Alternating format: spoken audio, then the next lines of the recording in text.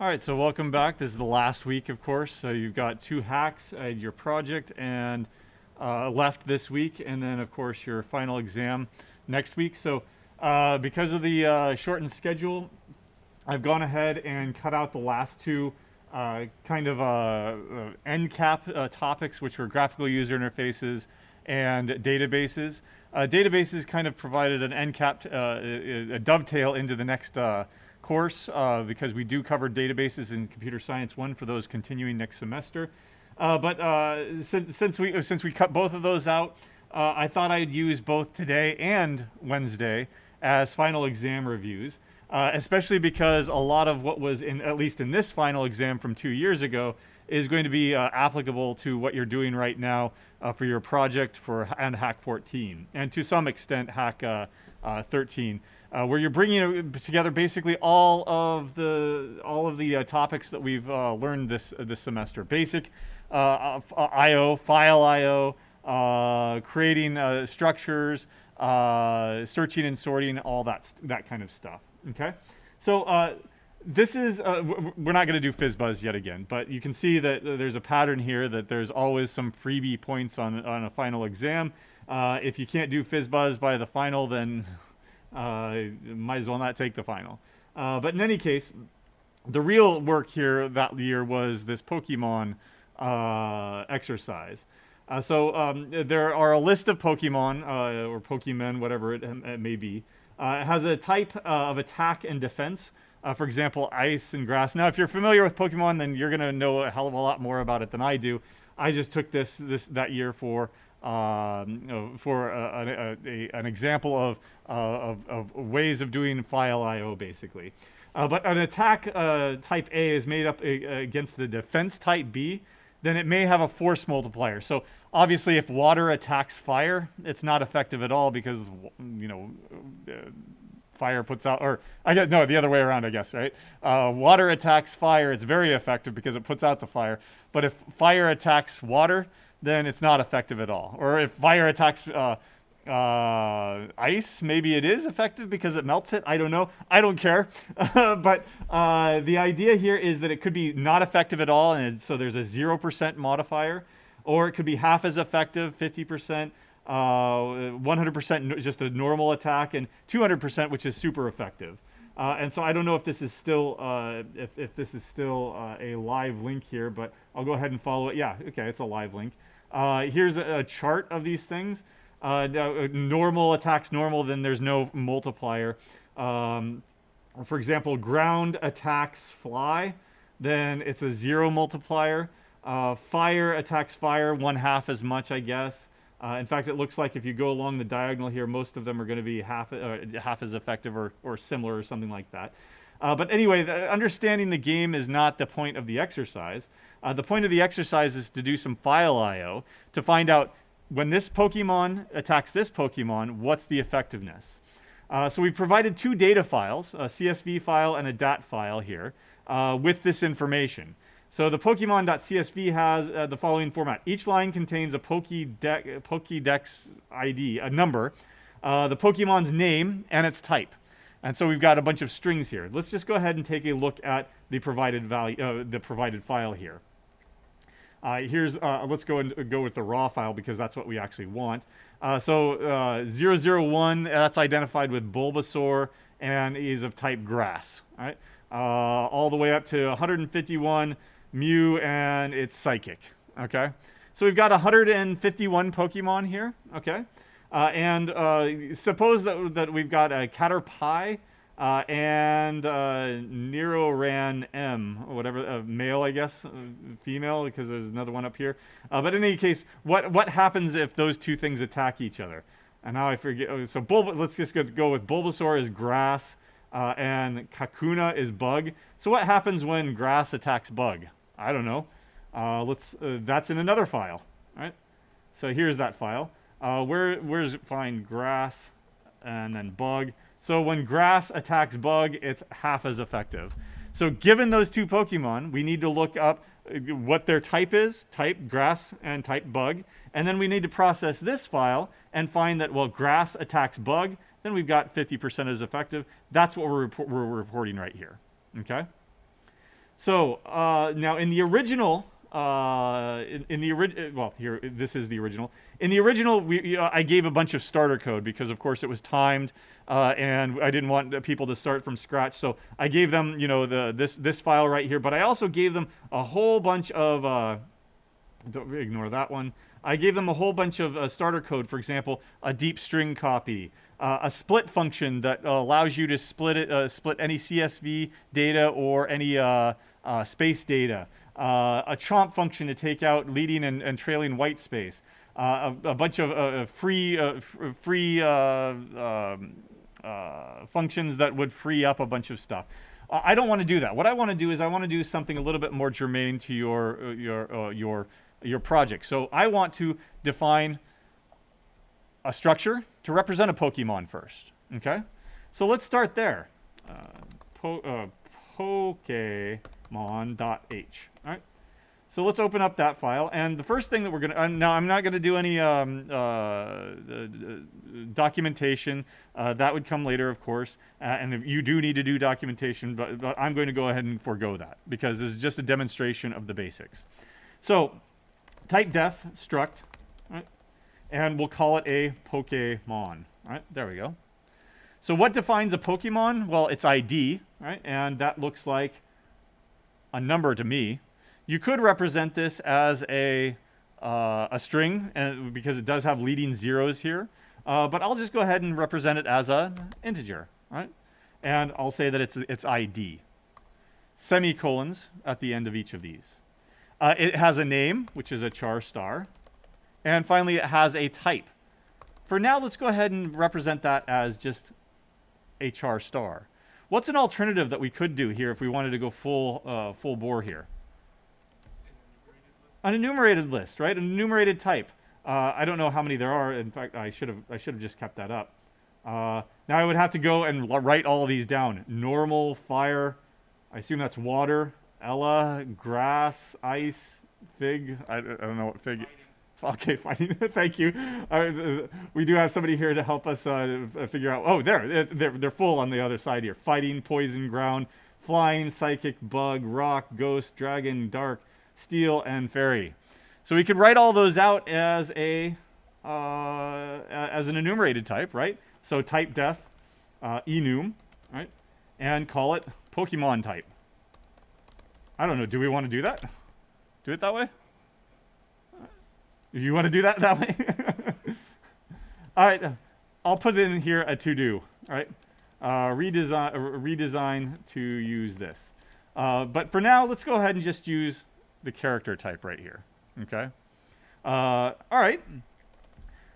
Well, if we've designed a structure, we're probably going to want to design a few functions for convenience to print a structure, to create a structure, some factory functions, stuff like that. So we could do something like Pokemon, create Pokemon. And it takes a const or an integer, right? It's ID. It takes all three of those elements. Const char star. Why const? Because we're not going to be making changes to it. Name and const char star type. And then, of course, we could create it. And by returning a pointer, that means inside this function, we're going to be calling malloc to create a brand new one, right? What's an alternative like that you've done with airports and that you may really want to consider for your transactions for your project? It would be a void version of this that would initialize an existing structure, right? So init Pokemon, of course. And we'll take all of the same values here, but at the same time, we will take a Pokemon by reference. Pokemon. There we go. So both of these have their use cases, right? And if you're going to create an array of pointers, then this is probably the one that you want to go with. But if you're just going to create an array of structures, regular old structures, this is the one that I would recommend. And so this is the one that we're going to do, right? Let me go ahead and create another Pokemon.c, right? And let's go ahead and implement this. What does this look like? And to give myself some more room here, I'm going to go ahead and go to the next line. There we go. Next line, next line. Right? I'm just aligning them so that I don't have to look at very long lines here. Okay. Question before I continue: why didn't I make the Pokemon const? Because I'm going to make changes to it. Right? I'm going to initialize its values. So I need to initialize its ID.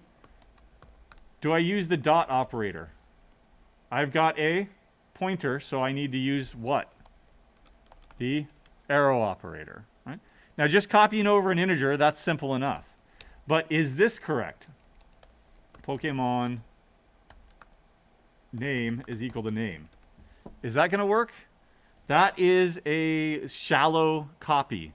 And that's probably not what we're going to want. If we're going to tokenize this file, then we're probably going to throw away those tokens eventually.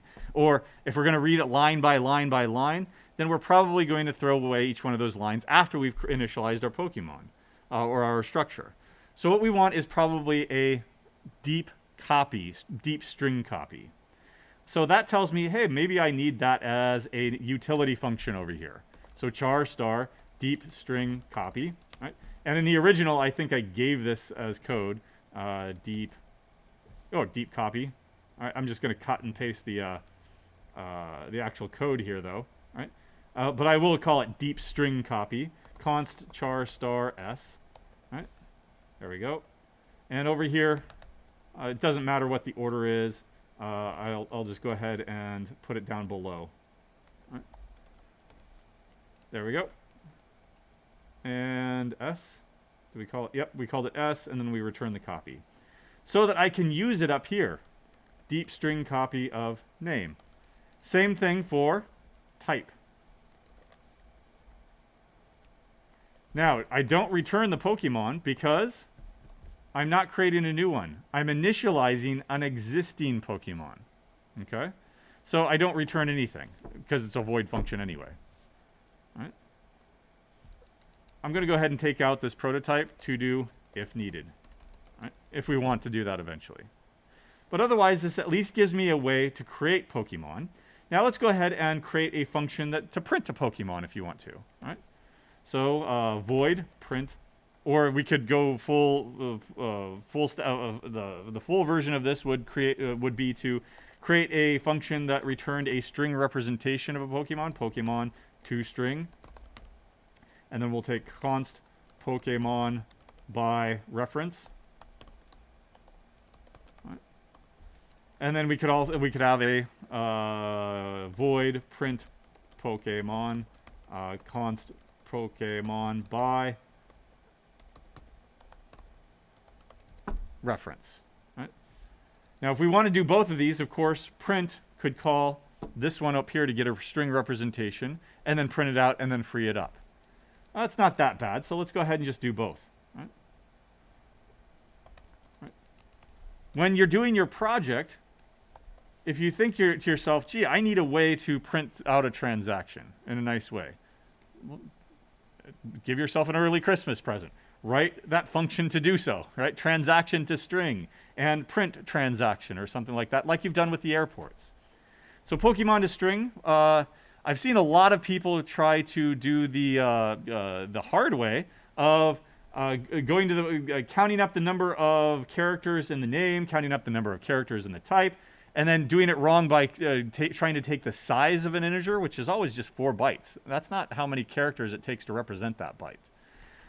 The way that we did it in class, and the way that I would highly encourage you to do so, is to create a temporary variable, char temp, that is big enough to hold any Pokemon that you would want to print. And then you can use sprintf, if you spell it right, to say %3 or 03D. We'll go ahead and put in that padding of the zeros there. We'll restore it since we're representing it as a as an integer, and then their name, and then in parentheses maybe their type. Oops, their name is a string, and their type is like this. Right? And then we can end the line if we want to, but I'll just go ahead and leave it like this.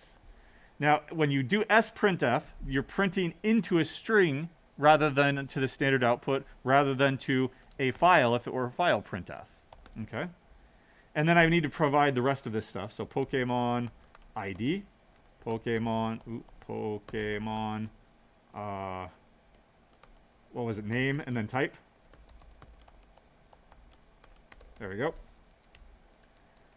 And then I can create a new string, except that, hey, I gave myself that early Christmas present there. I don't need to create a new string. I can just go with a char star final result is equal to a deep copy of the temp, and then return the result. Right? This is why you write utility functions, so that you can reuse them, so that you don't have to cut and paste, copy pasta all the time. Right? Okay, what does print Pokemon look like? Char s is equal to Pokemon to string, right, of this Pokemon, and then printf %s. Here we will end the line to make it look pretty, right? And then we'll print out s, and then we'll free s, and then we'll return. Okay? That looks like a good start on our scaffolding, right? We've got a good framework to now start maybe reading the file. So what I'm going to do is I'm going to go ahead and load up the file in one function, right? So load file, right? Const char star file name, right? What should we return here? The idea here is that I'm going to load up the file and give you back all 150 some Pokemon, whatever there were, right? And so I need to return all of these Pokemon to you. What is that return type? Certainly not void. Am I only returning one Pokemon? Nope. I'm returning many Pokemen, right? Now, if you look ahead and see, oh, there are 151, or if you know Pokemon, then you know that there are 151 Pokemon. But I do know that they've added more, right? So does anybody know how many there are now? 800, 900? Okay. Maybe we wanted to support all those new Pokemon. So instead of looking ahead to see that, oh, it's always going to be 151, I want to design this so that I give you not only the Pokemon, but also I give you an indication of how many Pokemon I read. Right? This harkens back to Hack 10, where you read all the lines of a file. How did you know how many lines that you read? Int num Pokemon. Right? Now, if I just did it like this, I would be telling the function there to expect 151 Pokemon. But what I want is the function to tell me how many Pokemon did you actually read from the file. Right? So how do I do that? By passing a pass by reference variable. Right? So not only will I be giving you back an array of Pokemon, but I'll also be putting into this variable, this shared bucket between us, 151. Or I'll change it so that there are 152 Pokemon. Right? And I will use that just like we used in Hack 10. Now, if you did well on Hack 10, use that code, right? Reuse it. We give you these assignments for a reason so that you can build on them and use them in later iterations. Okay? But I'll go ahead and take the opportunity to write this and show as practice and as review. Okay. All right. So we now actually need to write this. So we'll go over here to Pokemon.c. There we go. And what I'm going to do is I'm going to alter the input file just slightly. All right. So let's go ahead and create that file. Here, touch Pokemon.csv. Right? CSV, comma separated value file. So I'm going to go ahead and cut and paste all of this over here. I'm going to make it look more like your project, in which we advertise on the first line how many lines you should expect, or how many records you should expect. In this case, 151. But to show you that it can be, that you should respect this line and actually use it, what if I did 152? All right. Well, here, let me undo that. Say that there are 151, but there are a whole bunch of extra lines at the end. This is the most common mistake that we've seen up to this point. People not respecting that first line. If I blindly go through this file and just read every single line, am I going to read 151 records? No, I'm going to read 161 minus the first line record, right? So you need to respect this line. That's why we give it to you. Right? So I'm going to go ahead and change it so that it looks more like your project here, that there are 152 Pokemon. Right? And what I mean by that is let's go ahead and add a 152nd Pokemon. Herbie Husker. All right? Give me an attack type of Herbie Husker. Well, he's a corn husker, so it's got to be some sort of a... Is there a plant or something like that? Oh, is it plant? There is a plant? Grass? Okay, I thought that there was just flying, no. Ground? There's no football. So we'll go ahead and make him into a grass. Okay? All right.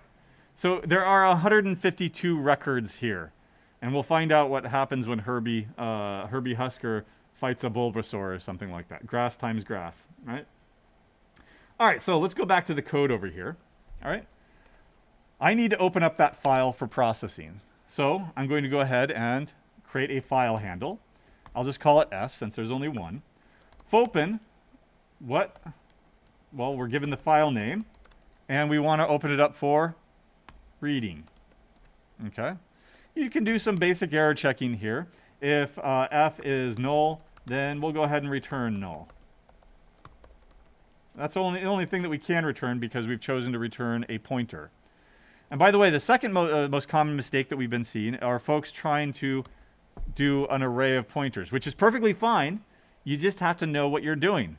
If you want to do an array of pointers, great, go ahead and try it. But you really need to watch the videos. You need to read the book, and you need to review lecture number 13.4, where we covered all that. We've been asking folks or at least I've been asking folks in office hours, it looks like you're trying to do an array of pointers. Great. But did you attend lecture 13.4 last week? No? Okay, well, you probably don't want to do it that way unless you know what you're doing. All right? So, keep it simple. I'm going to keep it simple for this review. Okay? All right, so now that we've got the file open, all right, we're going to go ahead and process it. Well, first of all, let's process that first line, right? So, int n is equal to, well, if I get that first line, right, that first line is going to give me 152 and then the end line character. Regardless of what the end line character is, we can always just convert that immediately to an integer. Okay?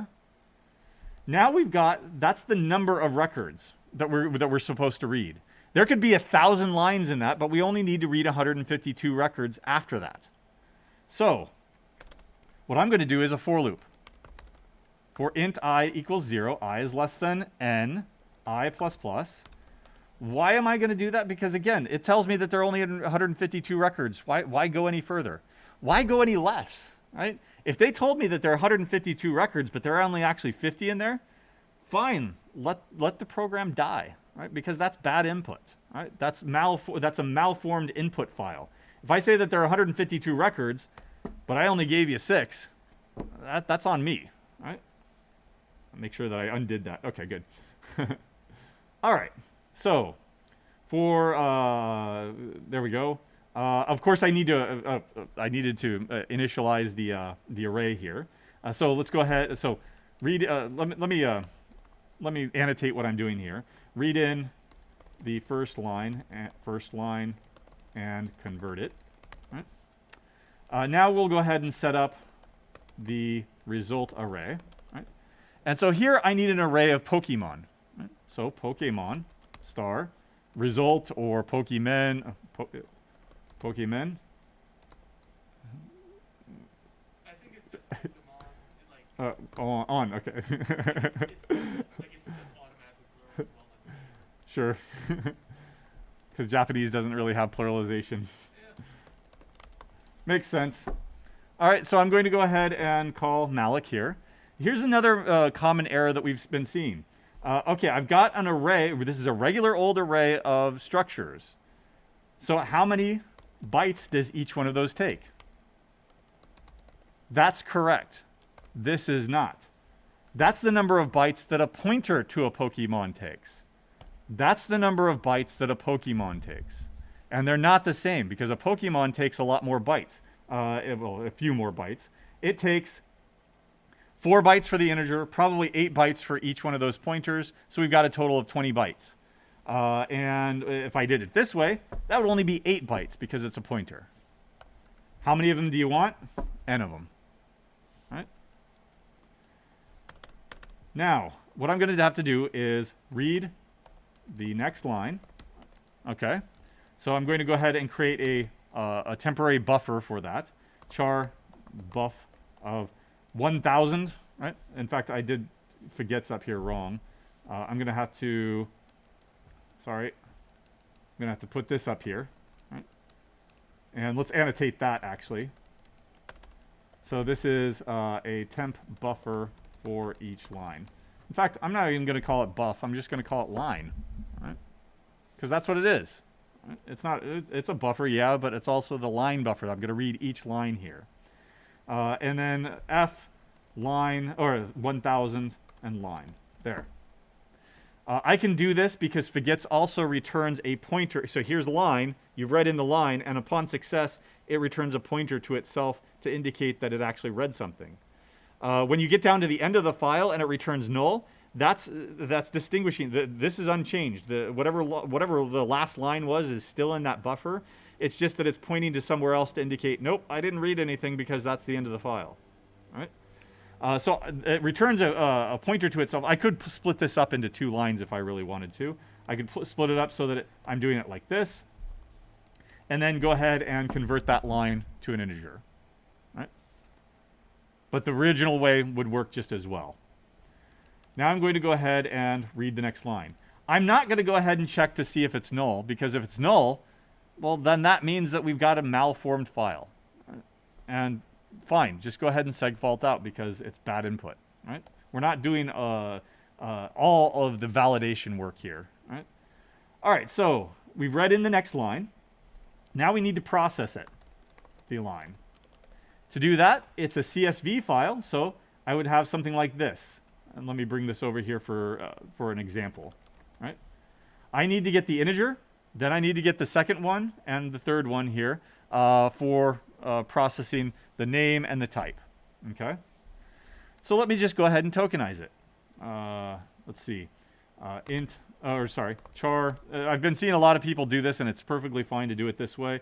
Char star str ID is equal to str toke, right, of line and comma, because it's comma a CSV file, and then we do the same thing for the name and type. There we go. You can do it like this because but only because I did it as a deep copy. Right? If I didn't do it as a deep copy, this would not work. Right? And then subsequent calls, remember, you need to pass in null for, null for the first one to continue operating on the same string. So 121 star me water, right? I do it 3 times. I don't expect any more tokens. Okay. Before I do that, though, I probably want to chomp out the end line character.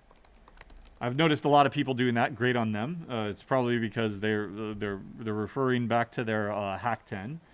So to do that, I'm going to go ahead and just take, let's see, line of strlen of line. Let's see if it's 5 characters long. 0, 1, 2, 3, 4. So -1, right, is equal to the null terminating character to chomp out that endline character, right? Because forgets leaves that in there. That's not that big of a deal. It's just that type would then end up having an endline character at the end of it. Okay, and we don't want that. So I've got those 3 things. Now I need to initialize the ith Pokemon. Remember that I already wrote this. Actually, it's in the same file here, but I wrote the right here, init Pokemon.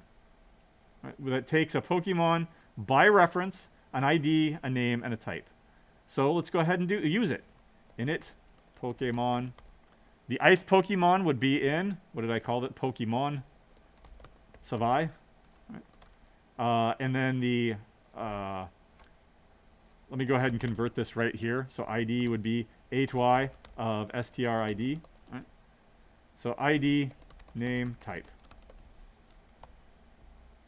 Now, is that correct? The other three are correct. Pokemon Savai is a regular old structure. This requires a pointer to that structure. So, what do I need to do here? Ampersand to get the pointer to it. Okay? At the end of the day, I return Pokemon. But what else did I forget to do? How many did you read? Well, I read n of them. But how do I communicate that back to the calling function? I need to set that variable up there. Num Pokemon is equal to n. Is that correct? Remember, this is a pointer. In fact, I think I can jump to it. Nope, I can't jump to it. Right. Some IDEs allow you to jump to the declaration of it of a variable. This is an integer pointer. Is n an integer pointer? No. Is that the correct way of handling it? I'm making that pointer point to a local variable that's going to get destroyed when I return, because that stack frame is going to be popped off the top.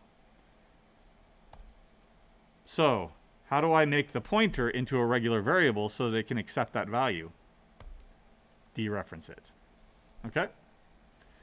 I'm going to go ahead and create another touch. Actually, I'm going to just steal it. There we go. I'm going to steal this main program here. We call it Pokemon.c. I'm going to call it driver.c.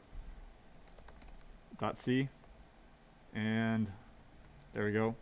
So we're going to create. We're going to include the Pokemon utilities, Pokemon utils, whatever you wanted to. I called it Pokemon.h.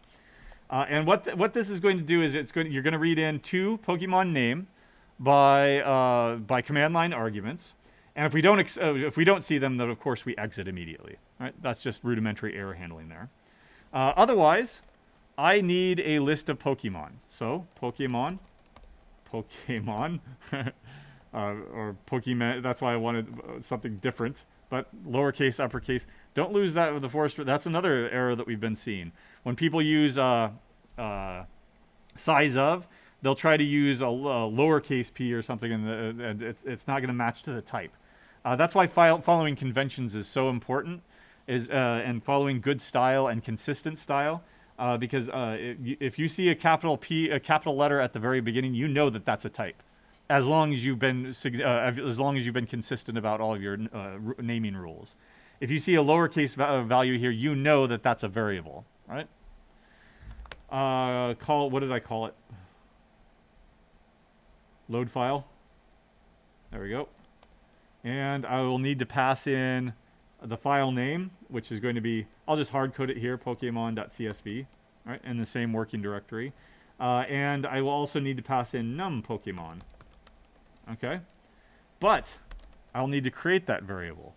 So here's something that we've also seen. Num Pokemon, like this. This will certainly compile. Oops.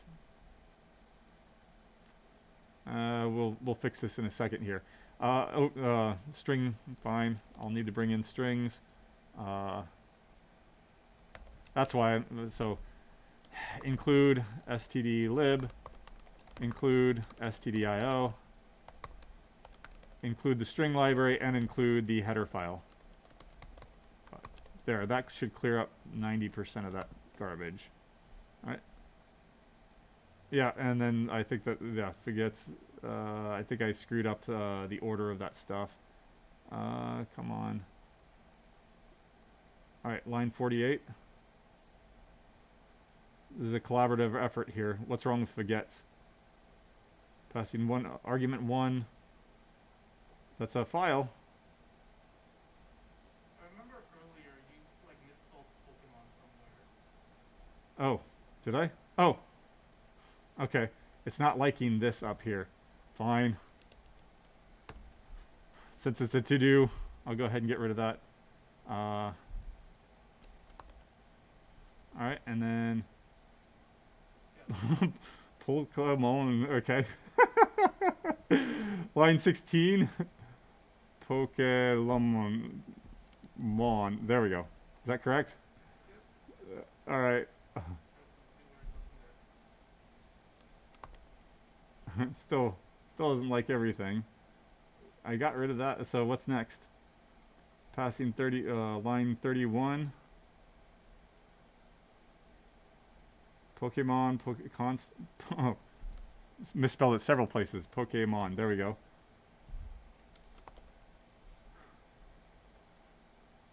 All right, line 48, cleaning all this up. What's wrong with forgets? Man, is that, unfortunately I forget what the order was. Forgets is, oh, that's string and then the file line. There we go. Which makes sense because the thing that you're reading it into is on the right-hand side, so it's like the assignment operator. X is equal to 42. 42 goes into this. So F, you're reading from F, it goes into the string. And I should have remembered that, but I didn't. But that's what the compilers are for. Hey, all right, that all works. GCC, Pokemon.o, and driver.c. Right there. Now we've got at least something that we can run here. All right, a dot out, and of course 2 Pokemon named. We've already loaded the file. No segmentation faults. Or sorry, give me 2. I don't know any. Kirby Husker against that Bulbasaur. Okay, I don't know if that's correct. And then in order to use spaces in command line arguments, you're going to have to encapsulate it in double quotes here. Herbie Husker. There we go. All right, so it ran, no problems, no segmentation faults. I am highly confident that this actually worked. But we can go ahead and make sure by printing them all out, right? So for int I equals 0, I is less than num Pokemon, I plus plus. Right? For print Pokemon, Pokemon sub I. And it's going to take it by reference, so I need to put an ampersand in front of it. Now it should probably seg fault out here. Oops. Oh, good. Yes, it should definitely seg fault out, and the warning is telling me why. There, segmentation fault. Why? This is an uninitialized pointer. This is the mistake I was talking about before. Just declare a regular old integer and then pass it by reference. And now that that is initialized, it's an actual variable. Before, this was just a pointer that pointed to what? Who knows? Somewhere out in the ether. And that's why we're getting a segmentation fault eventually on this. So that's the way to do it. But of course, I think that it should run now, but of course it's just printing stuff out. Okay. What I want to do now is, I'm confident that I've got all of these now, right? What, all the way up to, all right, I misspelled Bulbasaur. So if you see, right? No, I spelled it right. And did I spell Herbie Husker right? Herbie Husker, yeah. All right, what I need to do is I need to find those. So I've got my array here, and I want to search for a Pokemon by name. This is where the next part of the review comes in, searching and sorting. Is this in any particular order? It's in a particular order according to their Pokemon ID, but is it in any particular order with respect to their names? Well, no. Dragonair comes way down here, and then there's Horsea, whatever, and Ghastly, right? There's no order to these. So what I want to do is I'm going to go ahead and get rid of this for now. And I want to sort the Pokemon by name, then search for the two given Pokemon by name. I'm going to use binary search to do that. Okay. So first of all, I want to sort the Pokemon. Qsort. I'm going to sort Pokemon. How many of them are in there? Num Pokemon. How many bytes does each one take? Size of Pokemon. Right. But now, what's that fourth thing that I need? A comparator. So let's go back over here and add some more framework and more convenience functions here. fact, this is not just a convenience function. Now this is an essential function. So an integer, CMP by name.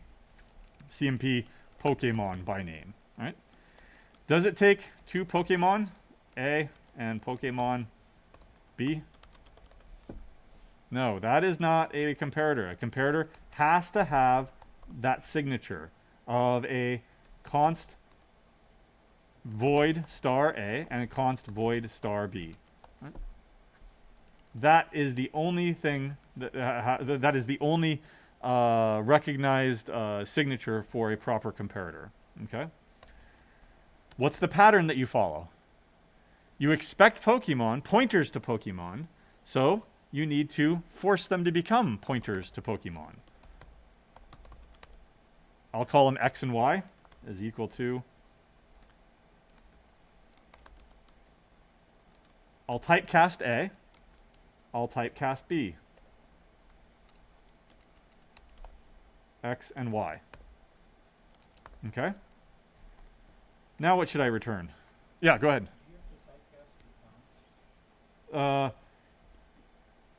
The compiler will complain if you don't. Here. No, well, just on the typecast. Yeah, because you're making a promise here that a good compiler would complain about this because you're making a promise here that I'm not going to make changes to that thing. If I don't typecast it as another, it's a generic void pointer, but it's const. Now it's a Pokemon pointer, but it's not const. I can now make changes to that. The compiler sees that and says, you promised. You're breaking that promise. I'm not going to compile. Or at least there's going to be a huge warning there. All right. Now I'm doing this by name, so I'm just going to use strcmp. X dot name, Y dot name. Nope. These are pointers, so arrow and arrow. There. Bring that over to my main where I have sorted them. Just to make sure that this works, I'm going to steal that code again. Run it. Oh, you know, I have to GCC. There we go. Pokemon, and then I can build it all. There we go. And then I can run it again. There. Is it in order now according to name? Yep. By the way, none of sorting it, searching it, like with binary search, those are options in the original final a couple of years ago, but we did not expect that. Right? We expected people would go through with linear search or something like that, or just go through and find the Pokemon that they were looking for and then forget the rest, not even build an array of stuff. Right? All right, so I'm convinced that my sorting works. And this is how you actually should be developing, right? You should be, doing one part, testing that one part, going on to the next part. You don't have to have full test cases, but at least a little bit of ad hoc testing. Did I read the file incorrectly? Yes? Okay, now move on. Don't write everything and then start testing because you don't know where it failed, right? But if you test at least ad hoc testing as you go along, then and fix the problems as you go along. It's going to be a lot easier in the end, right? All right. So because if you don't, then you start assuming, well, the problem is here. There's one problem here, but there's also a problem way back here that is actually leading to this problem. And if I had tested that before moving on, then I never would have gotten into the. I never would have painted myself into a corner, basically. All right. So search the two by name. To do that, I'm going to create two keys. Right? So Pokemon, I'm just going to create a regular one, A, right, is equal to, I don't need to set everything. I don't need to set the ID. I just need to set the name.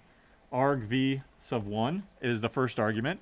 And then I don't need to set the type, right, because I'm going to find, that's what I'm searching for. If I knew the type, I wouldn't even need to search. And then Pokemon B, there.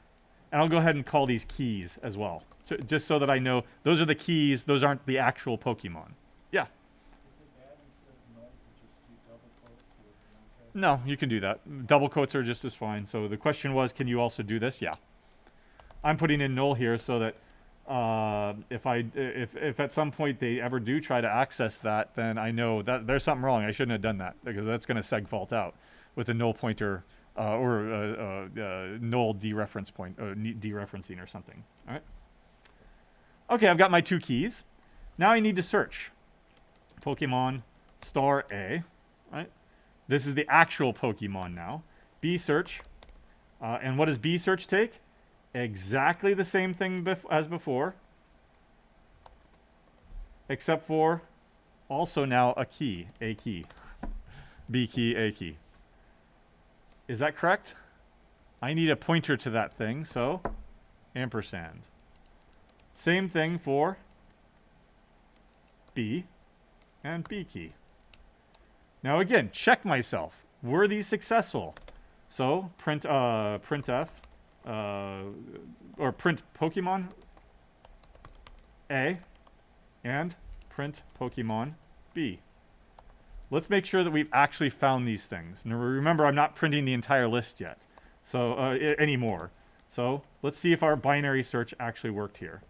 Hey, I found Bulbasaur and I found Herbie Husker, right?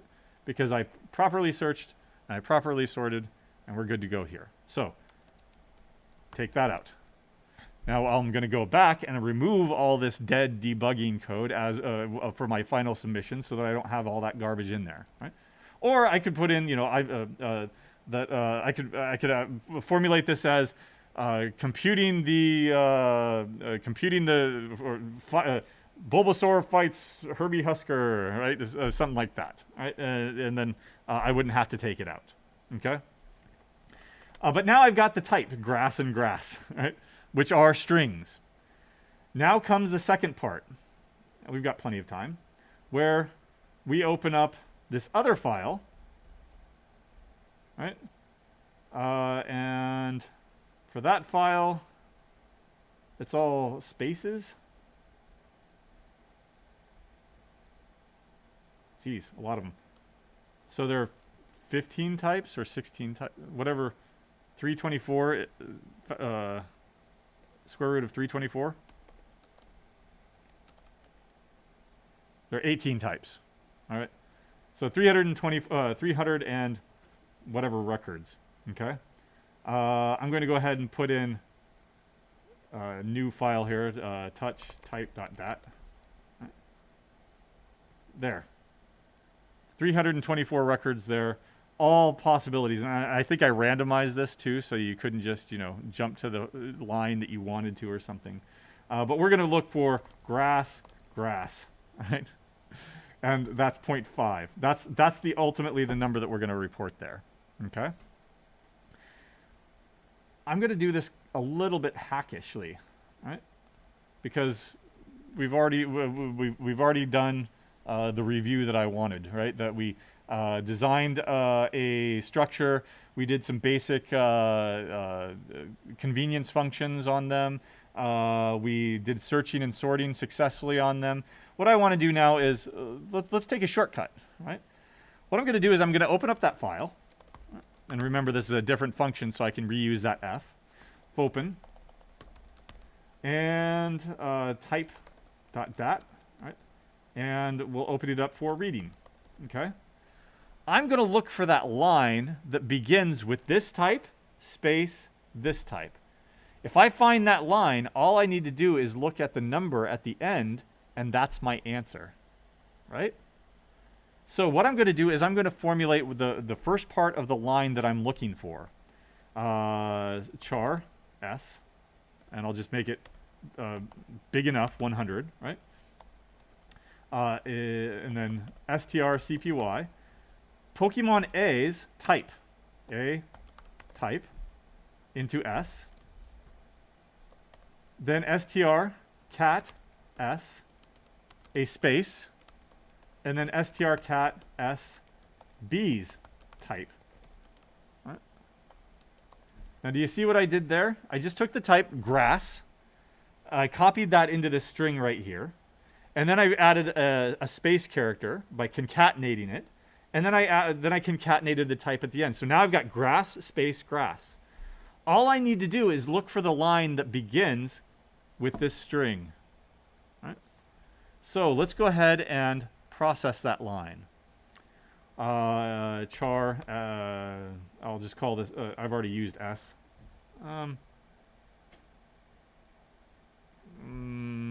str forgets into, and I need another buffer here now. Char buff, or I'll call it line as well, just to be consistent.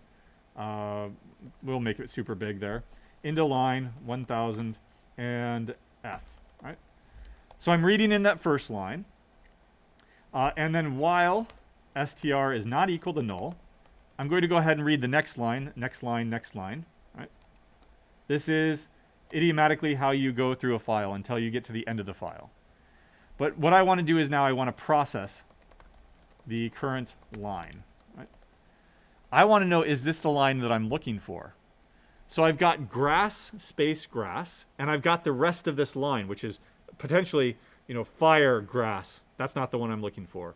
Water, grass. That's not the one I'm looking for. Grass, space, grass. That is the one I'm looking for. Right? So how do I determine that this line begins with this string? All I need to do is do strcmp, but that would compare this entire string to this entire string, and that's not what I want. I want to compare this string just to the beginning of this string. Right?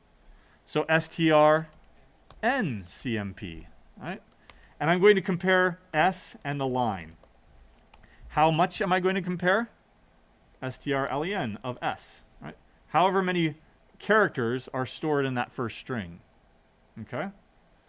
Now, if that comes back with a 0, then that's the line that I'm looking for. Okay? Oh, by the way, some bad stuff up here. I opened the file and guess what? I never closed it. So let's be good stewards over here. I'd be done with it at this point. So for close F, right?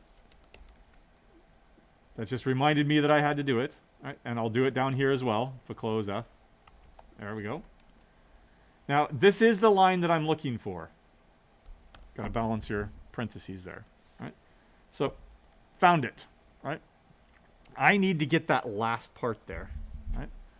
I could tokenize it and get grass, space, and then that value right there. Or I could jump to that location and just take the remaining of the string, right? And do something like a to f. Right? A to f of line. If I just did that, then grass, that entire line, is that going to be a floating point number? Nope. It's going to be 0 because it's going to see this capital G and it's going to immediately stop and say that's not a number. So 0. I want to start over here. So where do I need to start?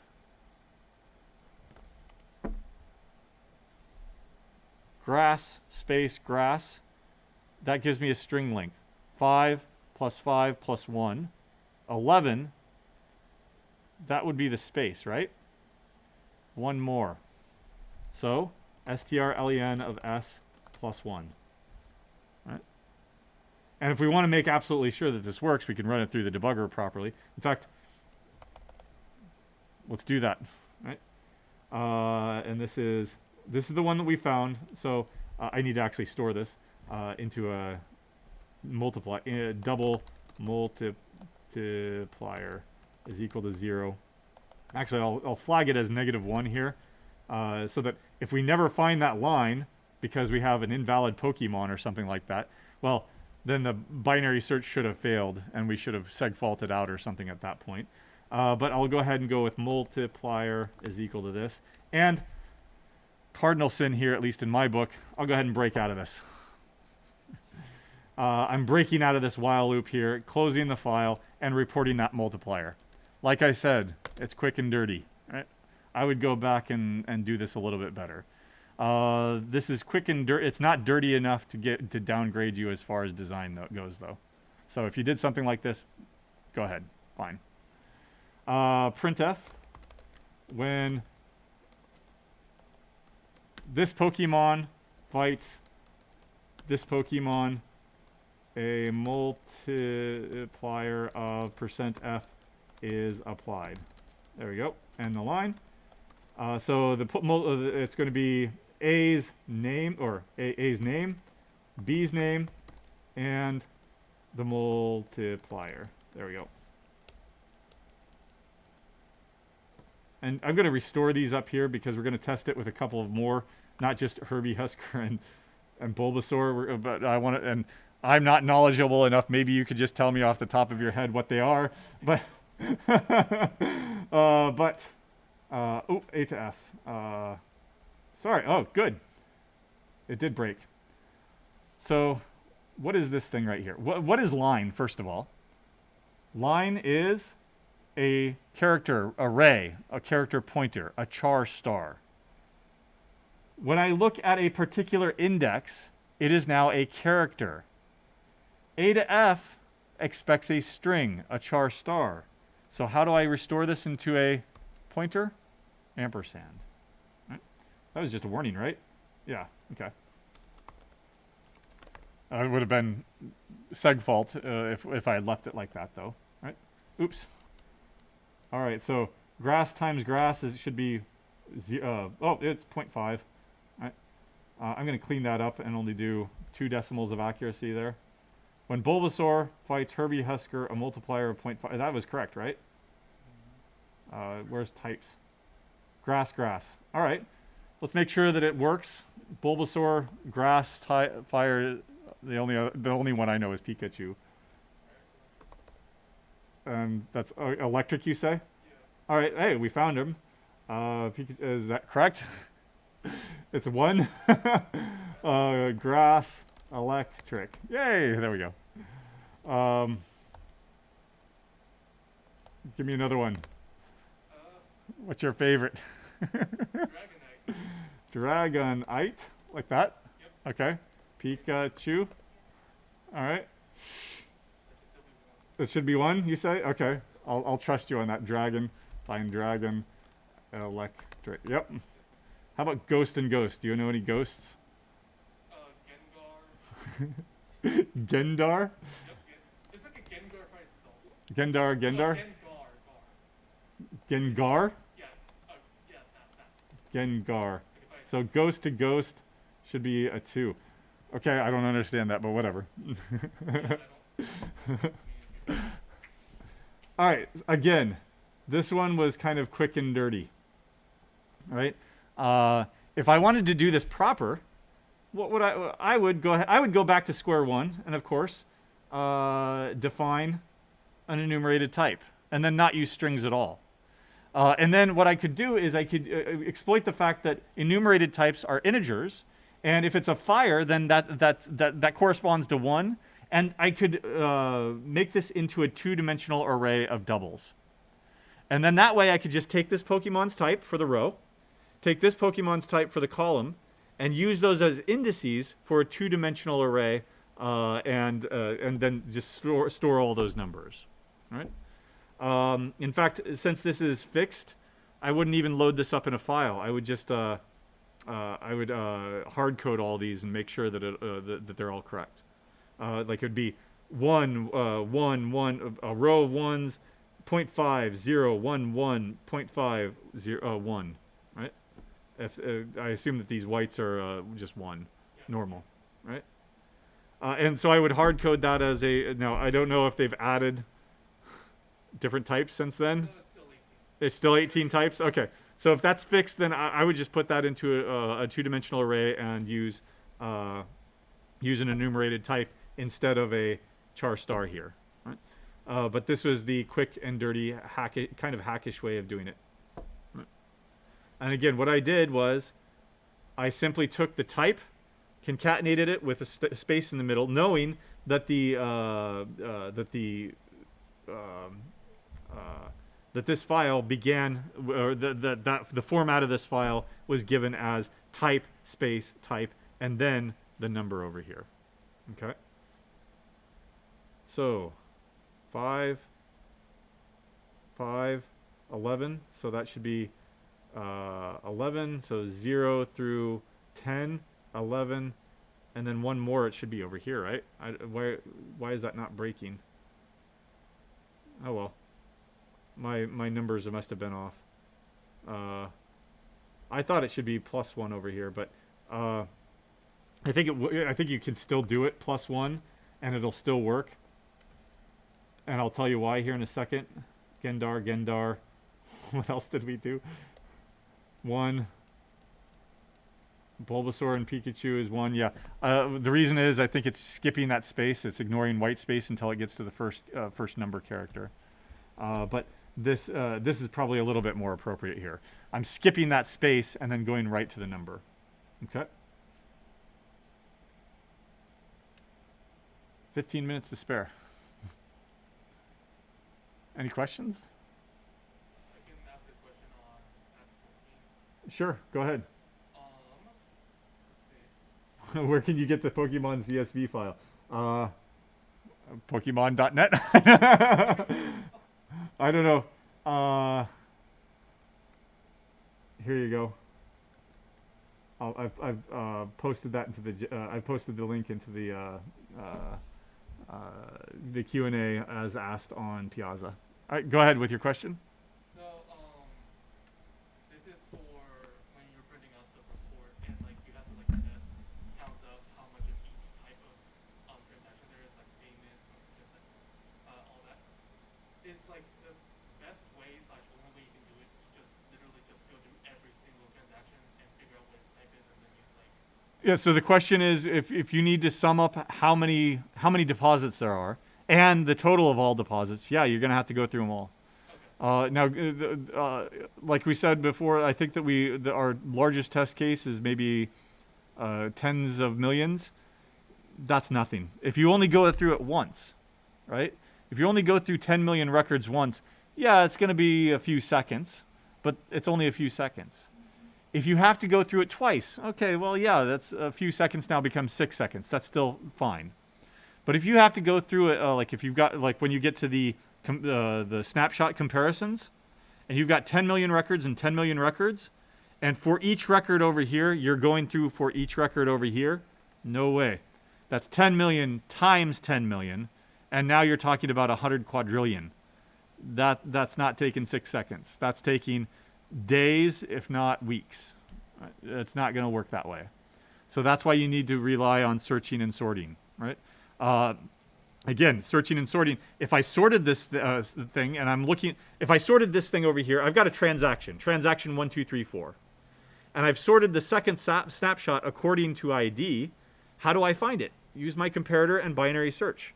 And 10 million records, binary search is only like 3 whatever log base 2 of 10 million is, at most 20 comparisons, 20 operations, and I'm there, rather than 10 million operations. Now I have to do that for each one over here. So if I do binary search 10 million times, that's still 6 seconds, but it's not days and weeks, right? But if I do linear search for each one over here, 10 million records, I do 10 million operations, or even just half of that. That's hundreds of quadrillions of operations, right? That's why you're going to have to use binary search to do that. And the easiest way to make test cases for yourself is your hack 14 test case that you have to turn in, right? Where you've got 10 out of 10, 2 of each type, right? Just make up numbers. It doesn't really matter. It doesn't even have to be a valid UUID. It just has to be 1, 2, 3, 4, 5, 6, 7, 8. 9, 10, 11, like 4, 4, 4, 4. What? It doesn't matter, right? It's just fake data. It's mock data. And now to make 2 of them, well, copy, paste. Remove 1 over here. Remove 1 over here. Change the value of 1 over here, right? And now you've got yourself a test case where you know that there are 3 discrepancies because you created those 3 discrepancies, right? Really easy, right? And test along the way. Make it modular so that you have each report is in its own function so that you can isolate. Am I getting the seg fault on this report or this report or this report? Because I can shut it off by not calling those functions. If you have one big giant main, then you're commenting out this section, commenting out that section, re-commenting in this section, and oops, you screwed up and you didn't comment out all the lines necessary, right? That's not the way to go. modularize it. Right. No other questions? Yeah, go ahead. This is like a curiosity question. So you mentioned like making test cases of like tens of millions.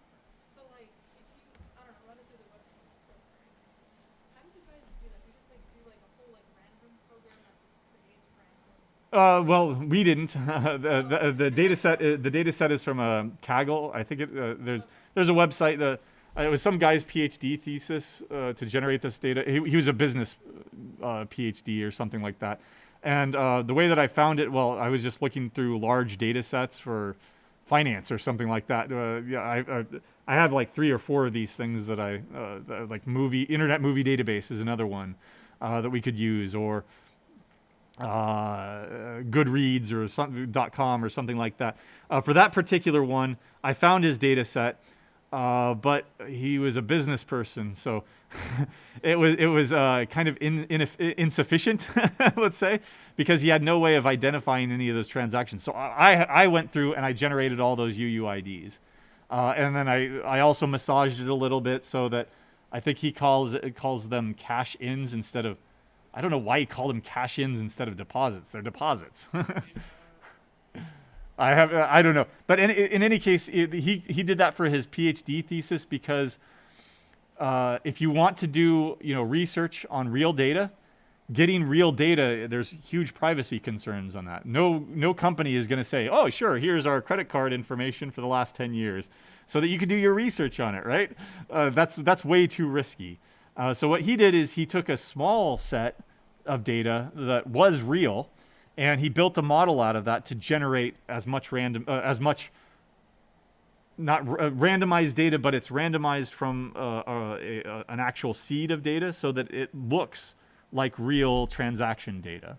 And that's what he wrote his thesis on, and that's how he produced that data. We took that data, massaged it, made it into a little bit better format, and then to actually make the test cases, to make a small test case, we just took random samples. Here's 2,000 instead of the 10 million. To make the test cases for missing data, we opened the file and deleted one of the records, just like I suggested that you do on yours. That's how we built all those test cases. And then, of course, for such a large test case, I'm not going to go through by hand and do it. We made a solution. I had somebody else make a solution. We got to the point where our solutions agreed on all the numbers and called it a day because probably it's okay. It's probably correct. And then 2 years, we've used it a couple of times now, and nobody has been able to find an error with our stuff, a serious error with our stuff. So we've used it since. There is a question online. How can you talk about repeated transactions? Sure. How do you know if by what criteria is it repeated? All of the UUIDs are unique. And that's the point of UUIDs, is that there's an infinitesimally small probability that generated universally unique IDs are the same. If you find 2 that are the same, then you've broken a cryptographic hash function. Great on you. Report that immediately, please. But in any case, those aren't going to be repeated. A repeated transaction is from this account to this account. So if you had a comparator that sorted that way, where would they all be? They'd all be chunked together, right? Account A to account B, account A to account B, right? Account A to account B. All you need to do now, if they're sorted by account A to account B, then all you need to do is go through and find, oh, there are 3 of them that are repeated right here in the exact same amount, right? Whatever the criteria is, you write a comparator for that, you sort it, and then you go through. And you're at the ith one, you look at the I plus 1th one. Use your same comparator. If the comparator says that these 2 transactions are the same, okay, repeated, right? Once. Now look at the next one and the next one. Oh, repeated twice. Report that as now. Of course, you need to count the original first one, so it was repeated 3 times. Then, oh, the next one, that's different because the comparator says that it's not 0. Okay, well then start over. Now look at the next one after. Oh, that's not repeated. Advanced, advanced, advanced, advanced. Right, and that's how you look for repeated transactions. Thinking of running through the file and actively checking if we see a. Okay, so you answered your own question there. Are we checking the against? That's the right. Yes, that's the right direction. That you would sort them by whatever criteria is repeated, and I would suggest this one seems like a for loop, right? For each transaction, you look at the next one. Well, as long as this is the same, advanced both of them, that sounds like a for loop, and inside a while loop for each one, right? Something like that.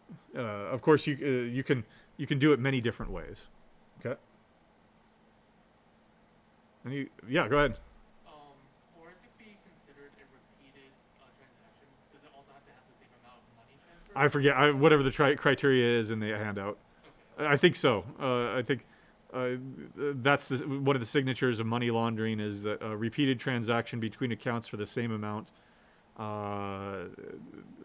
These are all real financial forensics ideas.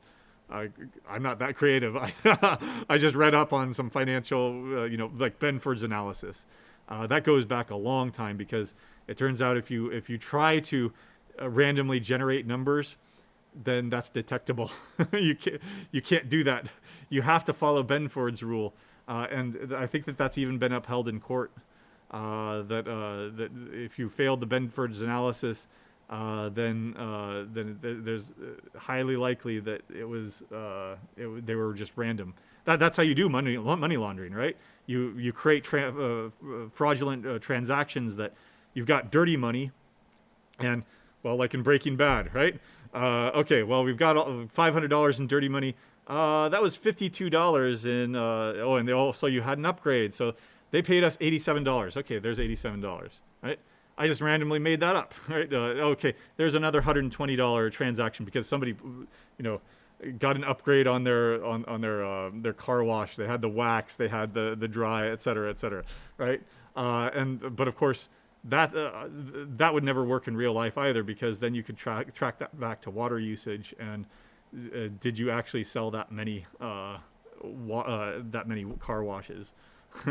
that was kind of, well, it's a Hollywood show, so there was a lot of stuff that's unbelievable, but that's one thing that's easily unbelievable because you can detect that stuff.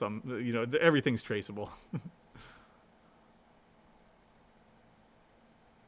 Oh, another one. Let's check. This might be our last one though. Let's see. Oh no, that wasn't a question. It's a question in the main forum. Yeah, go ahead. So similar to like when we in Hack 13 made a comparator function that sorted first by country and then by city, can we have it so that a comparator function like compares by like 3 separate things? Yeah, absolutely. Yep. Okay. In fact, when you get into object-oriented programming next semester, say, how do you know that this object is the same as this object? The entire state is the same. How do you know that a transaction is the same? The UUID, well, since you have an identifier, the UUIDs being enough, that's correct. Now, what you can do is you could say, all right, well, here, like fraud detection that, say in the first snapshot, you've got this transaction 1234 for $180.52. But in the second snapshot, same one, $182 is for, or the same one, 1234 is for $200. Somebody changed the data at some point, right? And how do you know that if you were just looking at the UUIDs, right? For all intents and purposes, these two are the same transaction. So you need a stronger notion of equality, that these two things are equal if their IDs are the same, and the amounts are the same, and the origin accounts are the same, and the destination accounts are the same, et cetera, et cetera. Everything has to be the same. And if not, then you have a discrepancy there. Somebody changed it. They went back in and stole some money, or did the Superman thing of, or Office Space thing of, I'll just steal a penny here, but you steal enough pennies and you got a lot of money there. Or steal a fraction of a penny. That's even better because, that's a round-off error, right? And now you've got $300,000 in your own account, because multiply a fraction of a penny by 1 million transactions and you got a lot of pennies.